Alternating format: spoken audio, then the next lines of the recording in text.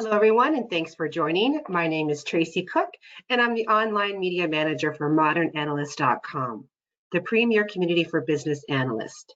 I'd like to welcome you to today's webinar entitled How BAs Can Achieve Business Maturity, the Prerequisite of Agile Projects.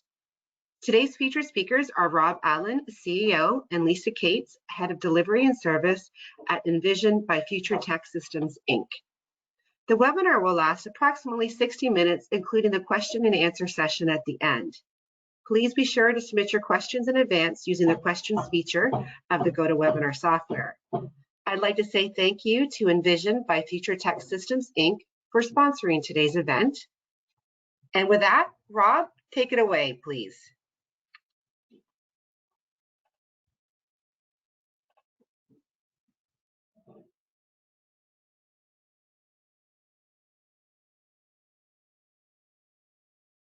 Welcome to our webinar.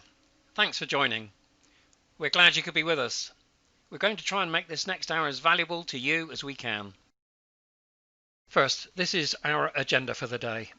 We will be talking briefly about various business process maturity levels, and then proceeding to describe how business maturity can be achieved through enterprise mapping.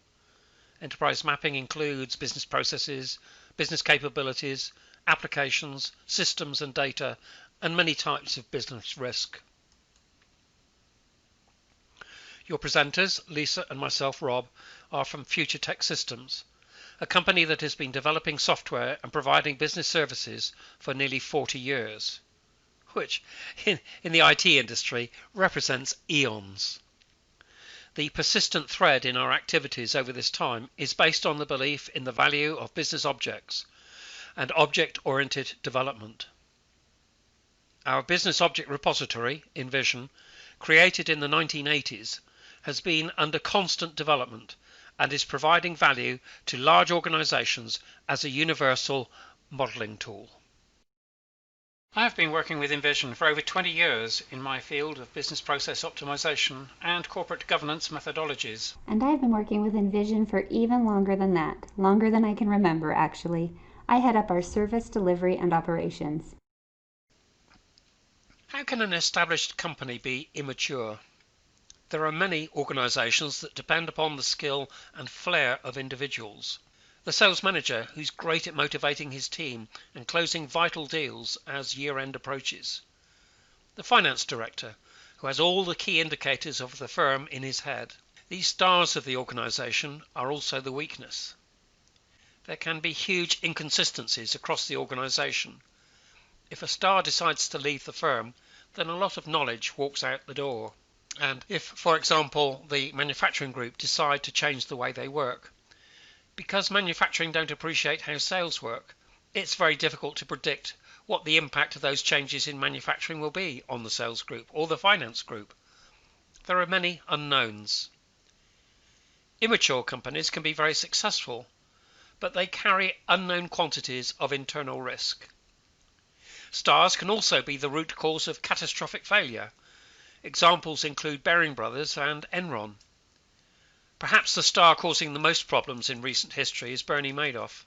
Process maturity, together with its associated disciplines, is fundamental to the good governance and elimination of surprises. How can a new company be mature? New companies need their stars, new ideas, energetic innovation, disruption to the status quo. New companies don't have established traditions. It's comparatively easy to set up enterprise-wide processes and model the new organization and link the models to transaction systems to measure performance almost synchronously. All new companies start agile. The best become mature at the same time. Of course, every large organization has an overarching mission statement or set of goals, which helps focus individuals. But every role within the organization has a different perspective.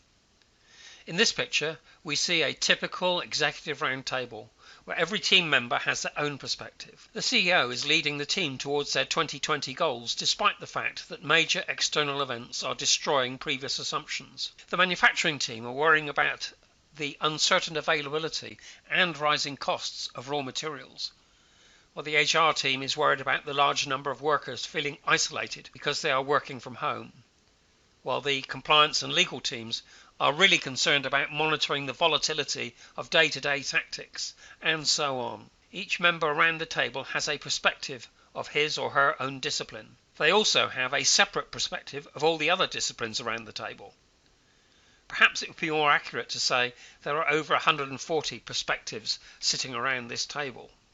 Unless the team is able to act in concert, there is no hope of corporate process maturity. In addition, if one department adopts Agile change management, then it introduces risks to other departments because there is general unawareness of change impact on the other groups. Maybe there are none. Maybe they're considerable. Who knows? This is not new. Togetherness was a theme of Henry Ford's business planning. Successful organizations have an unremitting focus on value creation. The focus should stretch from the C-suite through the entire operation. There's an enlightening case concerning a confectionery organization based in Canada.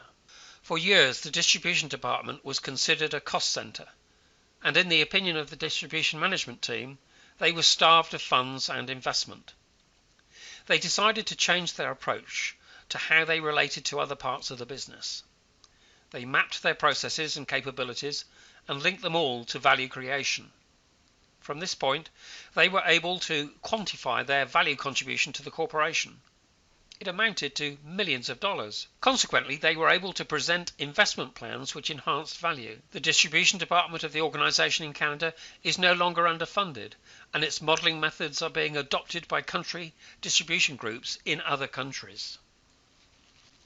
A value-oriented balanced scorecard is really based on just 4 deceptively simple questions. How well do we use our resources? How reliable are we? How easily can we change? How well do we do the right thing? But in order to attempt to answer them, managers and analysts need to be sitting astride an organization with mature activity management. This is achieved by enterprise modeling using products such as Envision. There are different forms of maturity models. They are not just for business processes, but other activities as well. Maturity models are frameworks which help to assess the maturity level in a specific domain, such as processes, capabilities, systems, and strategy plans. Process maturity models aim at assessing an organization's level of process centricity. They help to measure how effectively and efficiently the organization is working by means of its process management capabilities. The Business Process Maturity Model, as defined by the OMG, describes an evolutionary improvement path that guides organizations as they move from immature, inconsistent business activities to mature, disciplined processes. This model comprises of 5 stages, and each stage provides the foundation for the improvements at the next stage. It is a basis for continual improvement, as it helps identify process deficiencies in the organization and prompts improvements in logical, incremental steps. The maturity of an organization's processes measures the extent to which processes are explicitly defined, managed, measured, controlled, and effective. An increase in process maturity should mean that business capabilities are also more accurately classified and measured. We believe there are 3 main types of capability. Core capabilities. Core capabilities are defined as those built up over time that cannot be easily imitated, and therefore constitute a competitive advantage for the firm. Supplemental capabilities are defined as those that can add value to core capabilities but can be imitated. And enabling capabilities are defined as those that are necessary but not sufficient in themselves to competitively distinguish a company. In other words, enabling capabilities are those which a firm has to do in support of its normal operations and core capabilities. Enabling capabilities are distinguished from supplemental capabilities in that they are required but do not necessarily add value to core capabilities.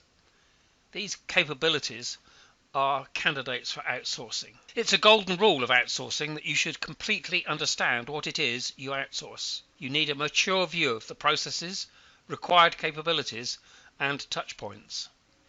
Maturity models mostly consist of 5 levels with increasing capability and business value. Level 1, initial. Activities are inconsistent and results are difficult to predict. Level 2, managed. Business processes are controlled within work units and can be performed in a repeatable way. However, different work units performing the same task may use different procedures. Level 3, defined. Here we see the standard processes across work groups and guidelines, including QC, that support different business needs. Standard processes do provide an economy of scale. Level 4, predictable. Process performance is managed consistently throughout the organization. Business metrics are linked to value streams. Level 5, innovating.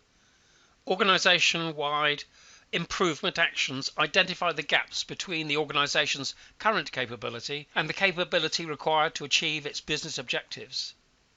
The business now supports the Agile methodology. Models are popular because they deliver clarity about a topic and, when widely shared, provide a standard methodology and vocabulary. This helps focus the whole organization on the reality of the current situation and on the business goals. The Envision team have worked on a large number of popular business models over the past decades, and we recognize that they do have some weaknesses that need to be overcome if these models are to deliver true value. Models tend to imply a final state. In the case of this model, level 5, innovating indicates that the organization is mature and its problems are at an end. Not so. To even think so undermines the concept of continual improvement and the ability to react to external change. There is no final state. Reaching level 5 invites the organization to return to a lower level and start again. With this model, level 3 is the most popular restarting point. The route to maturity is hardly ever a linear progression.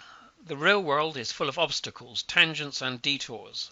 Level 5 is likely to involve a blend of capabilities and compromise, rather than an arbitrary level of maturity. Progress to maturity responds to evolving priorities, rather than a fixed sequence. Organizations tend to establish projects to improve maturity, and of course, when the project is completed, the model gentrifies. Any organization that claims to be agile must continually improve the technical and business context of processes and capabilities. Attaining level 5 will identify areas of improvement. The teams that achieve level 5 will be motivated to continually improve performance using agile methods. Envision users typically link the repository to live data and create dashboards to measure performance and highlight where improvements can be made and help root out non-compliant business activity.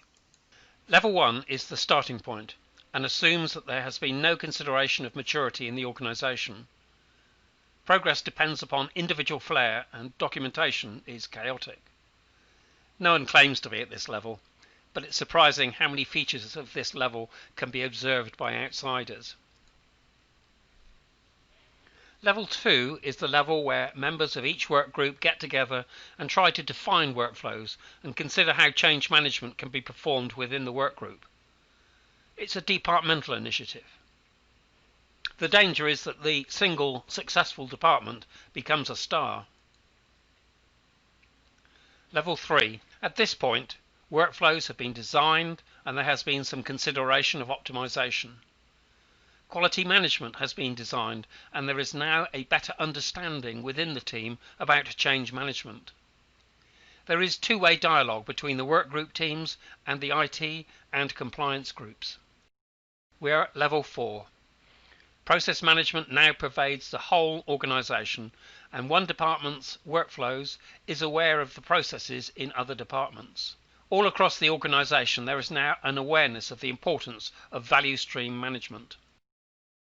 This is the top level of maturity, level 5, and it is the level where innovation and agility can be executed well because there is a widespread understanding of the risks and rewards of the business, as well as the risks and rewards of continual improvement. In our experience, just as all organizations are not aware that they are still at level 1, There are those that believe they've achieved level 5. It is vital that the teams that have ownership of the maturity process continually validate the organization compliance. How do you know that you have arrived at level 5? There are 5 sets of key indicators. Level 5.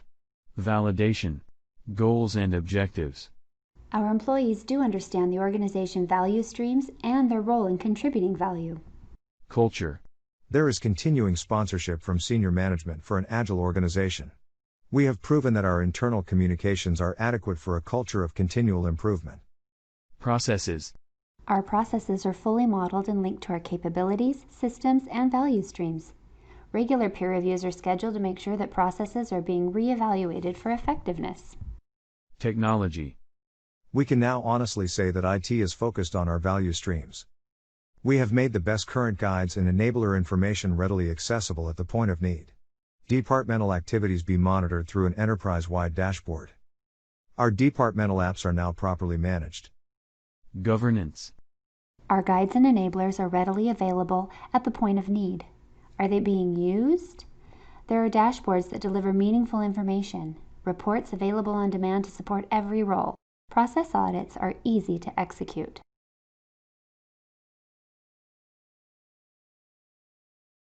Back to me. Thanks, team. Where to start? That's a good question. There's a temptation not to start, just to get on with a set of departmental agile projects. It's easy to show results. Quick wins are to business analysts what lumps of sugar are to horses, but actually, the route to enterprise mapping is a series of quick wins. It's just they are strung together. Enterprise mapping is just about placing all those wins, all those business disciplines in the same environment. What emerges is an enterprise model, delivering views of true maturity. Let's follow the example of an East Coast healthcare insurance company. They reckon they were at level 2. Perhaps some would say that level 2 was rather generous. Nevertheless, the problems with being only level 2 were clear across the whole enterprise. The first step was to get control of the business processes, which were being drawn, usually in Invisio, and held separately in each department. A project was commenced to enable the enterprise to own all its processes, and this was done by establishing a Business Process Center of Excellence. The firm chose Envision for its business process environment because they knew it had the potential to become an enterprise-wide repository. They jumped onto the Envision Ferris wheel on the business analysis car and started process mapping using BPMN. Then they joined the data architecture car to link processes to applications and system technology. Pretty soon they realized separate departmental apps could be abandoned. User groups could have their own methodologies and look and feel, but each object is the same in the underlying repository. Lisa will be showing you this in a few moments. This reduces costs, supports consistency, and enables accurate data roll-up in organization-wide reports. All the current processes were mapped in Envision, and as that work progressed, these processes are linked to IT applications, systems, and environments. This had the effect of focusing IT energies on current business needs. Then came data mapping, and now the business process repository was looking more like a shared enterprise architecture. The repository started taking data from live transactional systems to enable internal reporting. This became so successful that Envision was established as the tool to produce statutory reports. Adding a matrix of business capabilities and a functional organization chart were straightforward tasks that took very little effort. After 2 years, the organization knew that it had moved from level 2 to level 5. Incidentally, this is a view of the inputs, outputs, guides, enablers for the organization's processes relating to managing corporate assets. This healthcare insurance company now has a Business Process Center of Excellence engaged with continual improvement in the business lines. It has views of all main processes linked to assets such as applications and capabilities. It's managed to produce an agile change management methodology. It has automated statutory reporting. It focuses on value streams. All this achieved with fewer tactical applications. Let's look at an example. Over to you, Lisa. Thanks, Rob. The steps to becoming mature can seem overwhelming, and organizations get stuck in firefighting mode quite often. But getting started is easier than you think, and you can actually build agile, connected enterprise models while putting out fires. The key is to have a single repository, powerful and flexible enough to store all your corporate information, from goals and metrics all the way down to data models and workflow diagrams. But it can be tough picking the right repository tool. If you've never used a true object-oriented tool before, then you don't know what you don't know. I've been doing this for over 20 years now, and today I hope to show you what you need to know when looking for a repository-based modeling tool. I'm using the Envision toolkit from Future Tech Systems, which I think is the best tool on the planet, but my intent today is not necessarily to focus on Envision specifically, but to show you what to look for in a good repository tool. So let's begin. If you want to start on the road to maturity, the first step is to start putting all of your models, diagrams, enterprise informations in one location. By simply making buckets for people to start entering their data, we can start to gather all of the necessary information as they do their normal day-to-day work. In order to make this happen, you need a tool that offers flexibility and customization. You'll notice our top-level portal here. It looks a lot like a web page or PowerPoint presentation. In order for your tool to gain acceptance enterprise-wide, it needs to speak to all stakeholders, not just those interested in seeing technical views or BPMN notation. The ability to customize the user interface as well as the modeling notation and even the attributes you are gathering is vital to success for any repository tool. So flexibility begins with the ability to model any notation using any symbol set and gathering a variety of attributes that can be customized by the user. As your stakeholders start working, they can use their own methodology and notations to draw diagrams, gather data, and work in a way that they are used to that makes sense to them. If you can adapt to their notation rather than forcing them to learn a new way of modeling, they are more likely to use the repository tool when fighting fires and doing their day-to-day work. By getting everyone to start working in the same place, you begin to build your enterprise solution one day at a time. So in this example, we've created various buckets for users to start storing their information, and we've implemented the notations and methodologies that they're currently using. Let's take a look at some of these examples. We'll start with technology. In the technology department, our users wanted to start with a more functional view of the organization. Even though our business analysts have great process maps and capability models, for the tech department, they feel more comfortable and it makes more sense to them having a breakdown through a functional lens. Everything is interconnected in the repository, so they can have their data organized functionally, but still aligned to the process and capability models. I'll show you what that looks like as we go. We've also captured services views that allow our technology department to see what services are being rendered and expected by various organizational units. Again, this is done in the notation that they were already using, and these diagrams look exactly as they did in Visio before we imported them into Envision. Another key to a successful tool is the ability to import the diagrams that you already have. Whether you have these in Visio or other modeling tools, users aren't going to want to redraw and remodel work that they've already done. Make sure that your tool, like Envision, can import from a variety of sources, including XML and customizable import filters. And again, flexibility in your tool is key. We want to allow for technical and complex diagrams that gather data and can export that information to workflow engines or other sources for automation. Exporting is just as important as being able to import. But our tool also allows us to draw pretty pictures that speak to our C-level and high-level executives. So now that we have IT contributing to our enterprise solution in their bucket, we can start linking in the business data and connecting it all together. That really is the key to maturity, to have all of your objects, goals, strategy, metrics, processes, systems, data, all interconnected and linked. So if a change is made, all the impacts are immediately visible across the entire enterprise before you implement the change. On the business side, we're going to start by gathering the existing capability models and putting them in one place.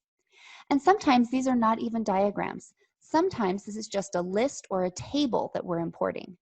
A nice to have when looking for a tool is one that can take data from a table and create a diagram or visualization from that data for you, like the one you see here. By importing the information from Excel, our tool created the initial view of our capabilities, along with bringing in the underlying attribute information. All of the data that was previously in Excel can now be viewed visually in the tool and modified through property sheets. Again, providing users with formats they are comfortable and familiar with is key. But by using a repository tool, all users can now work in one place, and the views, tables, attributes are all linked together. Now, as our business users do their day-to-day work, they can begin to build out the underlying capability models as they go. Users can create more detailed capability views or continue to enter data through a table view. If they just aren't loving the visualization, they can continue to use the table. I have learned over the years that some people just love tables. Not everybody wants a pretty picture. Meeting stakeholder needs while creating a linked and consistent repository is key to success. Let's take a look at the process bucket now and see how this all starts to link together. Here we have a customized view using a BPMN-ish notation. Our customer no longer looks like an actor icon, but it's still the same object in the underlying repository. Just because they look different doesn't mean they are different. This is an important question to ask vendors when looking for a tool. This is where not all repository tools are created equal. Just like with our capability models, we can continue to add more detail as we go. Here we have a customized BPMN notation. The organization has built a template for everyone, and you see now a few of our users have gone in and modified a couple of boxes on their own to be blue and super cute. It's important to make sure you pick out a tool that not only allows for customization, but also allows you to lock everything down and apply security. If you don't want your users changing boxes in your BPMN notation, if you want it to be consistent across the entire enterprise, Envision will allow you to completely lock it down and apply security around not only the look of the models, but also down to the attribute level. Another important use of our security within our project is to filter who can see what and what gets pushed out to the web or other reports. For example, our users have created a BPMN change layer to add clarity and help communicate what parts of the process are being changed. They've also added a systems layer to help visualize the systems through these lovely green boxes. While this information is very helpful to our BAs and IT people, we may not want to publish these to the web or printed reports or have them available for all to see. Security helps us filter who can see what and make sure that only the right people see the right information. Another key component of a successful tool is to allow users to add complexity as they go. In our BPMN models, we're now adding layers. These layers can be customized by the users to reflect information that they want to see. For example, we have a BPMN change layer with little sticky dots on the diagram. Now, because of our security, only the BAs assigned to the BPMN change team can see these sticky notes. When we go to print or report, these little dots won't appear on our models. We also have a systems layer.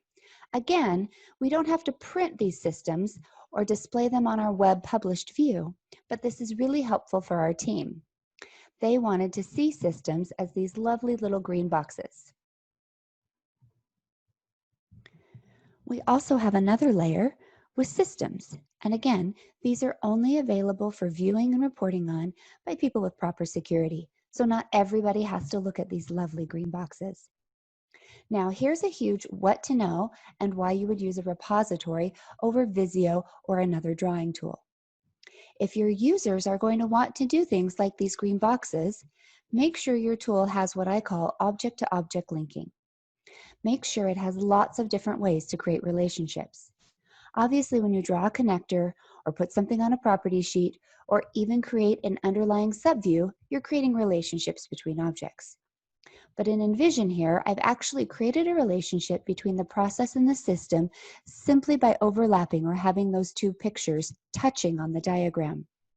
Only a really great repository tool can have this object-to-object relationship.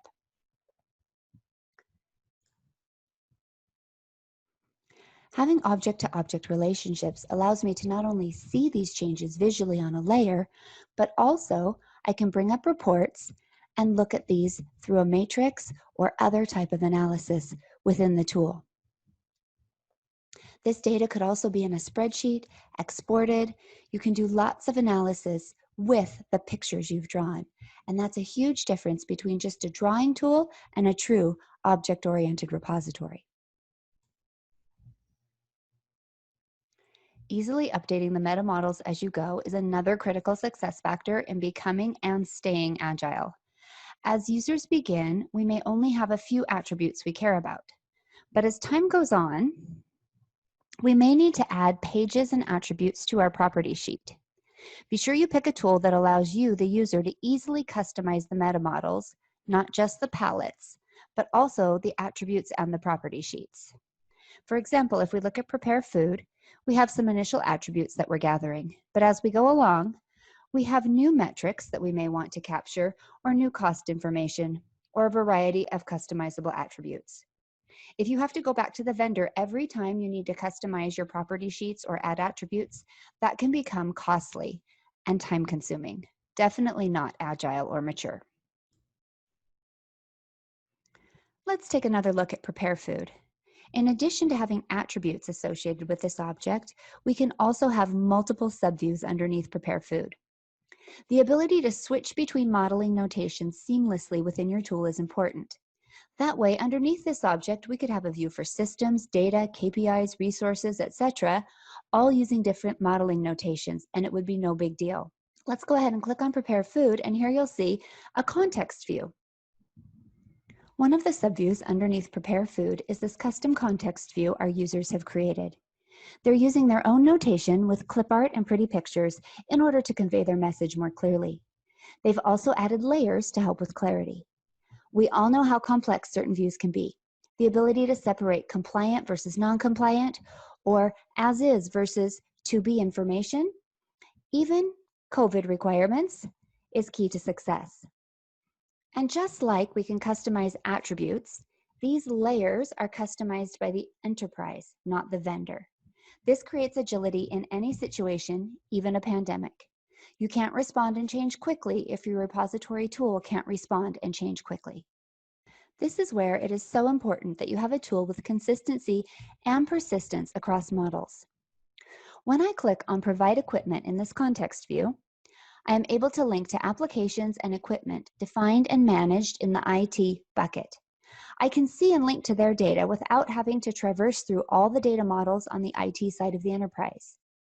But because everything is linked, if I do want to hop over to the IT side of the world and I have proper security and access, I can. Let's go back and find our customer object again. In this view, I've renamed our customer to be Pizza Customer. I've also done a Show Where Used to show all the different views on the left here where customer is used throughout the entire project. When I rename this object here to be Pizza Customer, it's renamed everywhere else throughout the entire project. So if I go look at the Customer Retention Systems view, you can see that the customer object has been renamed to Pizza Customer in the context view as well. When I rename this object back to Customer, those changes will be automatically updated everywhere. In our capability models, in our stakeholder view, even in an information view, Customer has been updated. In fact, not just in the pictures, but in all the property sheets, reports, textual references, spreadsheets, anywhere Customer has been used, the name has been automatically updated. Make sure you're looking for a tool powerful enough to maintain consistency everywhere, not just in the pictures. This will not only save the BA time by not having to search and update all the references manually, but you know that the repository is always up to date with the most current information, and you can make informed and accurate decisions. To see an example of how we might start to use this real-time information, let's take one last look at our customer. We have jumped all around finding the customer on all the different diagrams. But what we need is a tool for quick and easy analysis. How can I determine all the touch points for the customer? Or even the cost of changing the system or the ripple effect of modifying our processes. That's the reason we've put everything into one place, to know how changes will affect the organization before we start implementing them. When I pull up a report for my customer called a spider diagram, I see all of the touch points that occur throughout the entire project for customer. By having the tool auto-generate this, we know that we are seeing the most current and up-to-date information. We could also view the same information through a spreadsheet or even export it to Excel for further analysis. As we begin to link all of the data that the users have put into their buckets across the entire enterprise, we create agility and maturity. We can now start to see the forest for the trees.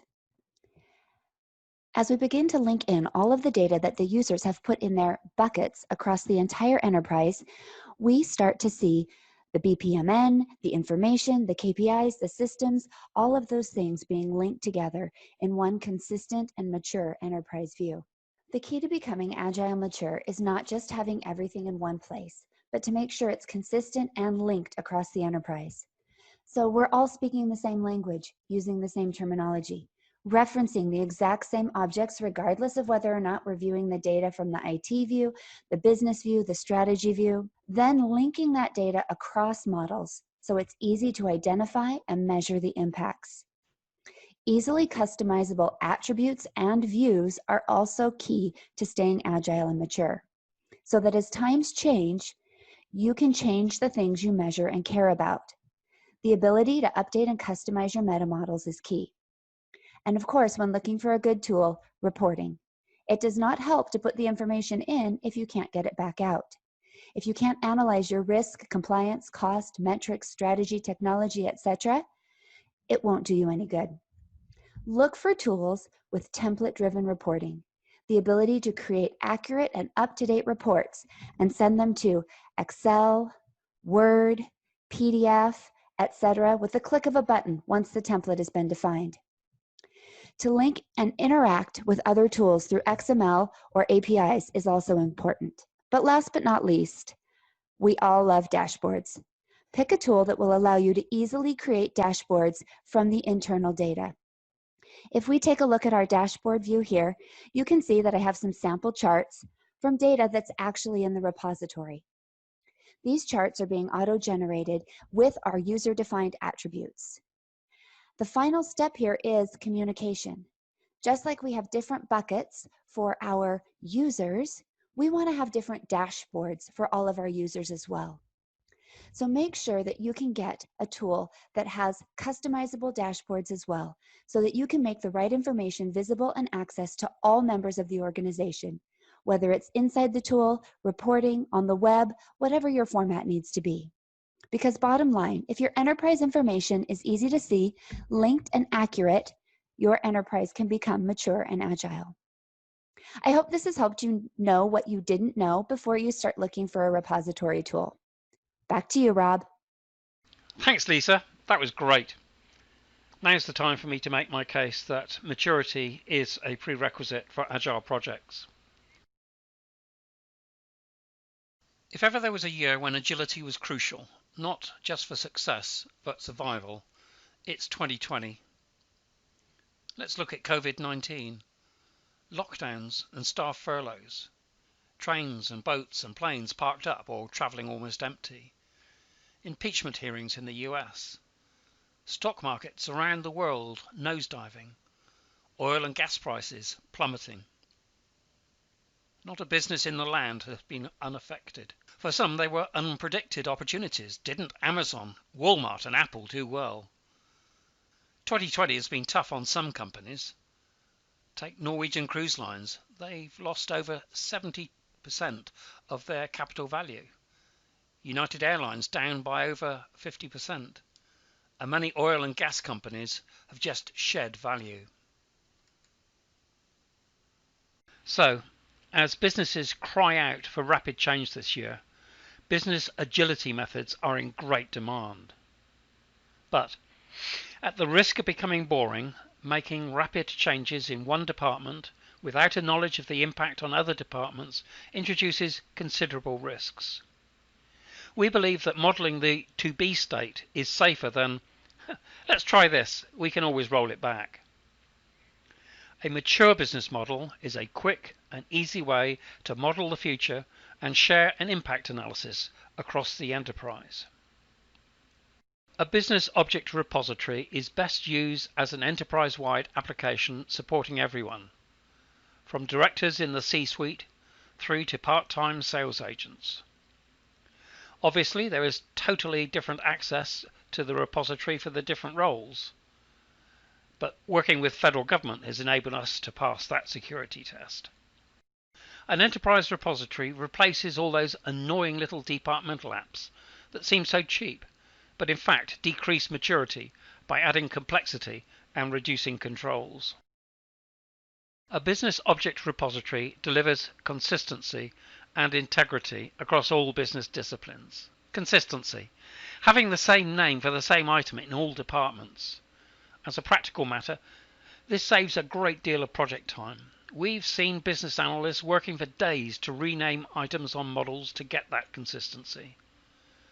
A common vocabulary across the organization is a real time saver and supports integrity. So when an attribute of an object is changed on one diagram, it should be updated on all diagrams.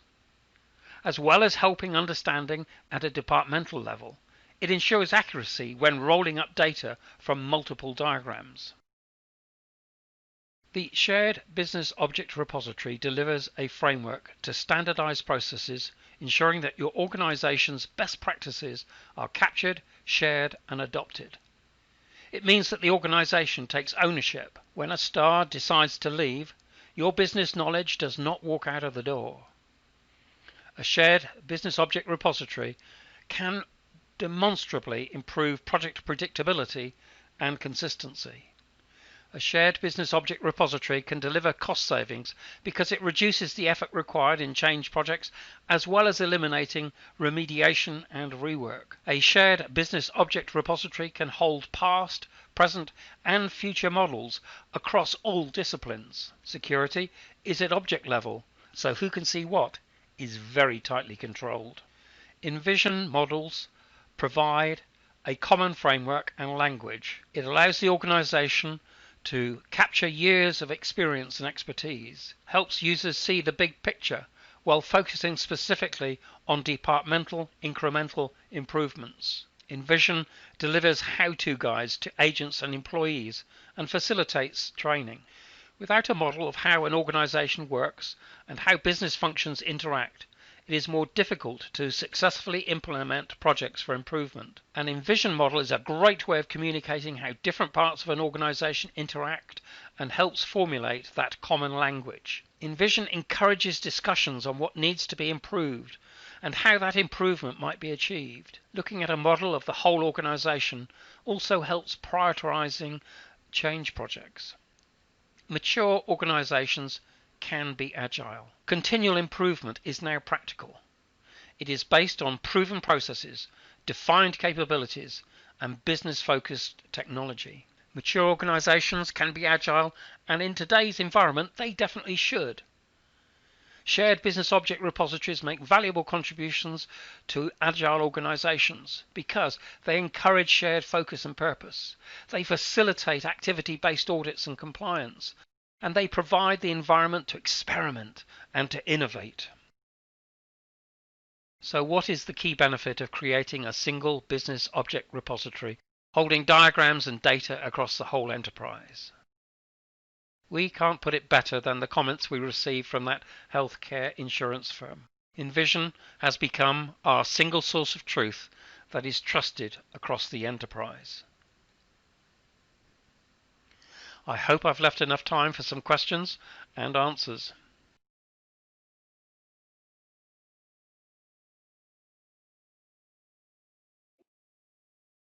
Thank you, Rob. And thank you, Lisa. We are now going to the question periods of the webinar. As a reminder, you can still submit your questions through the questions pane in the attendee control panel. Rob, our first question is, I already have many drawings. How can I import them into Envision?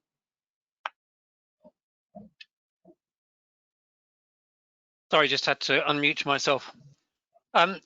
Yeah, this is a very common experience for us in that there are frequently huge libraries of drawings, and we have built routines to import many different types of drawings into Envision, and we can then have routines to clean them up, and that gives customers a really fast start. Thank you, Rob. Our next question, what tool do you use for service mapping model?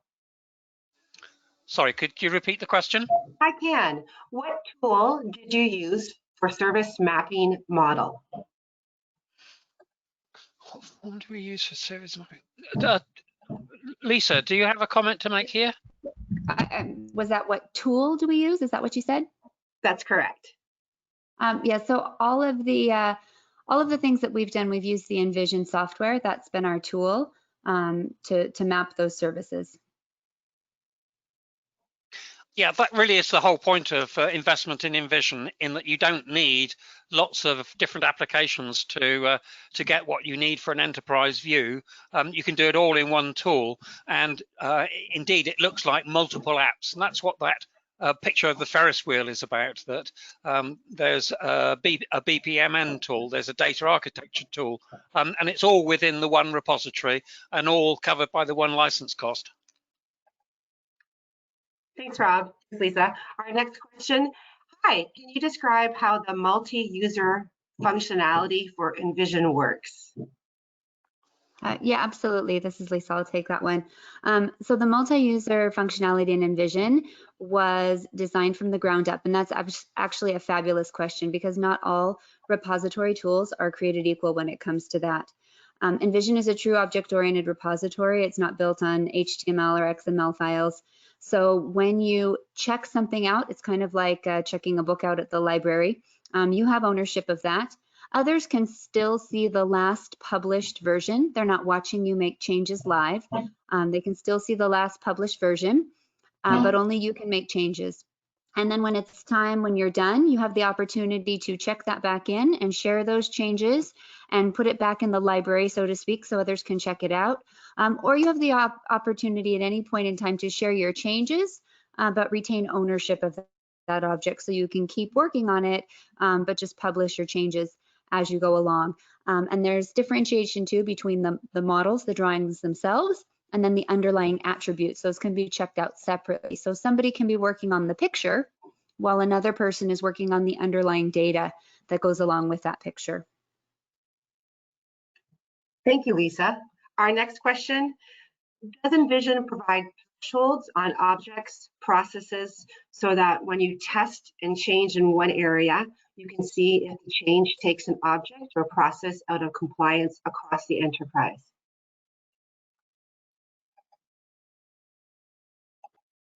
So you're breaking up a bit on my end here, so I'll try to answer that as best as I heard it. Yes, we have the ability to implement a change, a 2B, and see how that will ripple across the entire enterprise.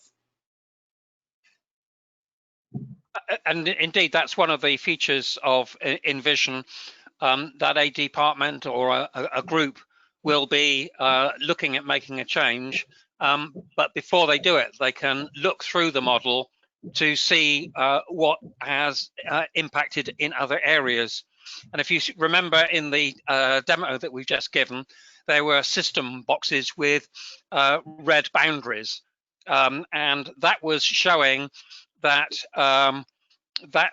system was now out of its KPI, that was part of that system, because of changes that were made elsewhere. So it actually flags up the fact that a change you've made has caused an issue in another department or another discipline. Thanks, Rob. Thanks, Lisa. And Warren, I just want to make sure if we didn't answer your question, please just put it in another question in if we missed a bit of that. Our next question, does your mapping tool map to CMMI PIDs matrix? I have to leave that one for Troy or Lisa. I don't know the answer to that one. So our tool is very flexible in the types of information that it can take in and then map. So yes, definitely. I don't know that we have an automated filter for that one. That might be a custom filter that we would have to look at. Thank you, Lisa. Our next question, how are the changes being governed and controlled if multiple users make changes? That is a fabulous question. There's lots of different levels of control within Envision. One of those is the ability to add a layer where it has to be approved before it can be published. So you can have a governing body or even a supervisor that approves those changes before they get pushed out. And then there's also a difference between the analysts working in the tool, and they have a little bit more control. We still have security and approvals around that, but then also with the web-enabled piece, there's a lot more control on the web-enabled piece as to who can see it, who can change it, the approvals that have to go through before the web-enabled piece gets updated. Thank you, Lisa. And just a reminder, if you do have questions, please type them into the questions box. And I'm just going to take a quick moment for those of you that are asking for the presentation. The video of this webinar is being recorded, and we will post that plus a PDF of the presentation to the ModernAnalyst.com website within 2 business days. Our next question, how does statutory reporting work?